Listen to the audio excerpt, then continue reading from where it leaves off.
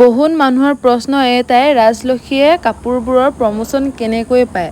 এইটো প্ৰশ্ন মোক ইউটিউব হওক, ইনষ্টাগ্ৰাম হওক আৰু ফেচবুক হওক চবতে মানুহবোৰে কৰে। কেনেকৈ পোৱা তোমালোকে প্ৰমোশ্যনবোৰ?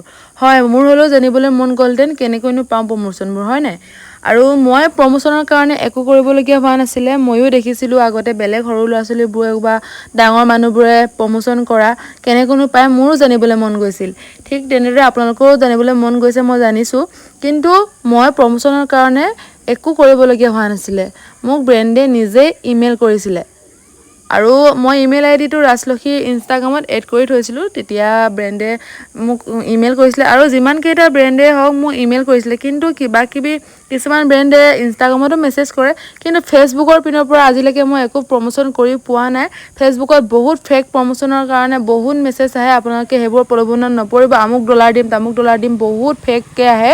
আৰু সেইবোৰৰ প্ৰলোভনত পৰিলে আপোনাক কিবা ৰেজিষ্ট্ৰেশ্যন কৰিব দিব, আপোনাৰ একাউণ্টটো হেক হ'ব পাৰে, আপোনাক কিবা পইচা পাতি দাবী কৰিব পাৰে।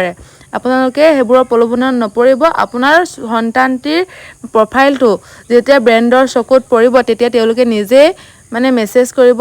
তাৰ বাবে আপোনাক ভাল ভিউজ আৰু ফলোৱাৰ্ছৰ প্ৰয়োজন।